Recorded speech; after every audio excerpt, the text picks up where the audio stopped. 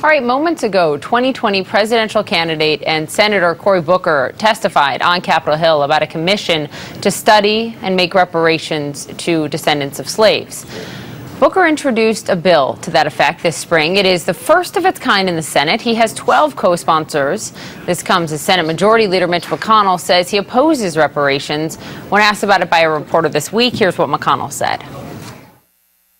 Yeah, I don't think reparations for something that happened 150 years ago for whom none of us currently living are responsible is a good idea. It'd be pretty hard to figure out who to compensate. Let's talk about this with op-ed columnist for the New York Times and CNN political commentator Charles Blow. Good morning to you. Good morning. Thanks for being here.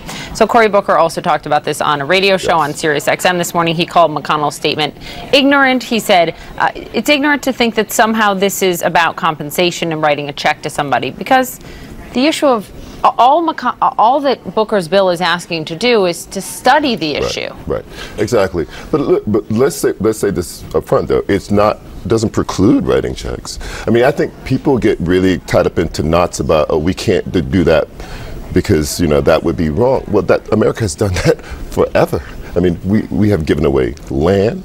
At the very same time that slaves were being freed, America, by an act of Congress, was literally giving away thousands of acres of land in the West and Midwest to white peasants from Europe, right?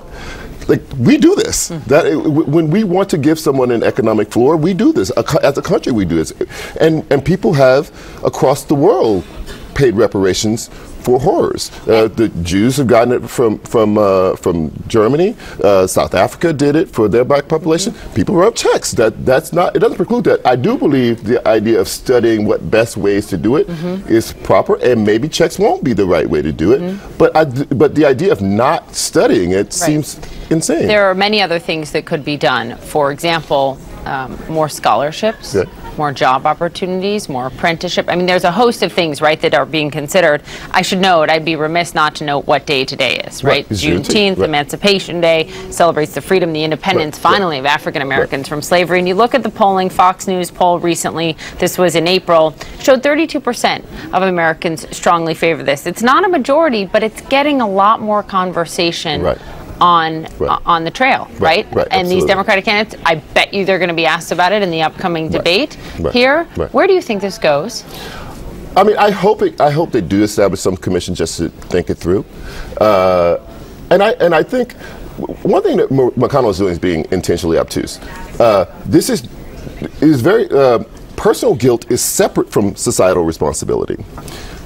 In addition to that, it's not about only about America's original sin, not only about something that happened 150 years ago. It is also about all the things that America did, the local, state, and federal governments did in America to oppress black people, to prevent them from acquiring, accumulating, and transferring intergenerational wealth.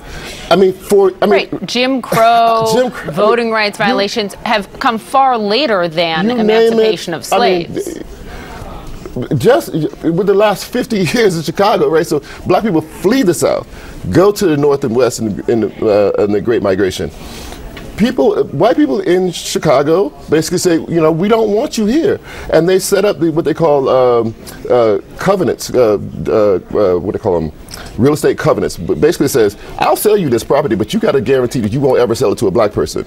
At the height of that, like 80% of the properties in Chicago were governed by that. That means that the government is complicit. And when that case went to the Supreme Court, which is part of the government, people don't think of it as part of the government, they said, okay, that's okay. Take a moment and just listen to a little bit more of McConnell here, because here's what he argues America has done in the wake of slavery. Here he is. We've, tried to deal with our original sin of slavery by fighting a civil war, by passing landmark civil rights legislation.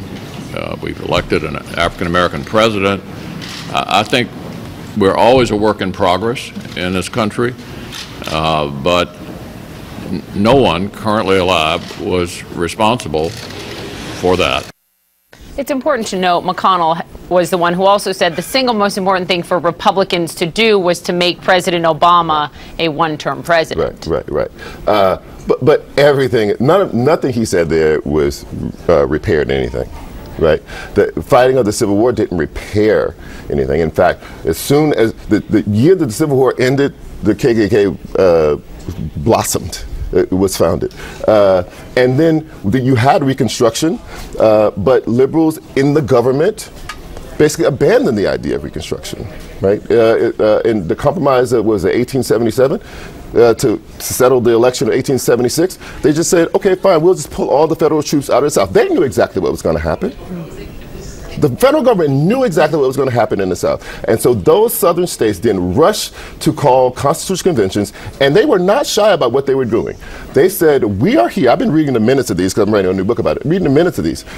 We are here to establish white supremacy in this state. And Mississippi does it, and then it just spreads to state after state after state, and the federal government sits back and says, okay, it's happening, and we're not going to do anything about it. And we know where race relations are, even given the fact that Barack Obama was president. We're going to keep talking about this. I think the candidates will as well, and I appreciate you being here. Sure. I think you might write your column on this today, my friend. Sounds like you might. Thank you, Charles. Thank you. We appreciate it.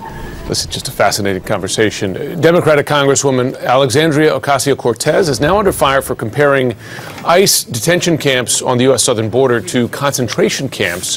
How she is defending that description